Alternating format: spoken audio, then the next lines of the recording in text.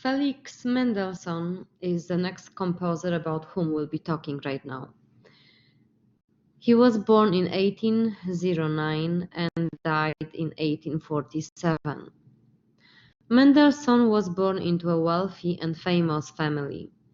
His father was a banker. His grandfather was the distinguished Jewish philosopher Moses Mendelssohn. Mendelssohn was raised in the Protestant faith.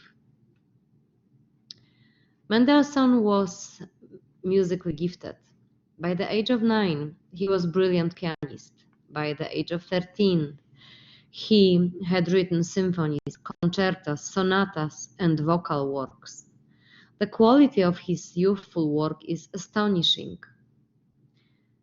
His overture to A Midsummer Night's Dream is a masterpiece of startling originality. In 1829, at the age of 20, Mendelssohn conducted Bach's St. Matthew Passion. In its first performance since the composer's death in 1750, it's worth noticing that thanks to Mendelssohn, Bach's music was rediscovered. Mendelssohn also was a talented painter and fine writer and a brilliant conversationalist in 4 languages.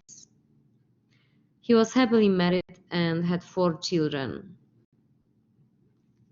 His famous works are Oratorio Elijah, Midsummer Night's Dream, and Violin Concerto in E minor.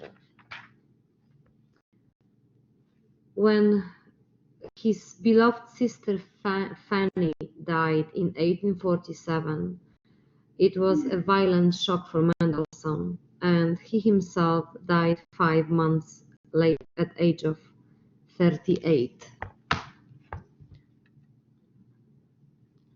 Mendelssohn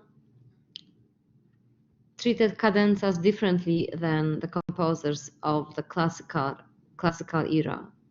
Instead of at the end of the second movement, he made cadenzas part of the composition.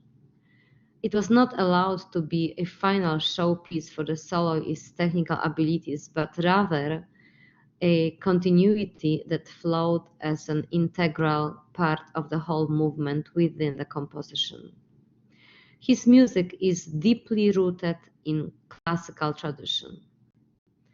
And now I would like us to listen to his violin concerto in E minor.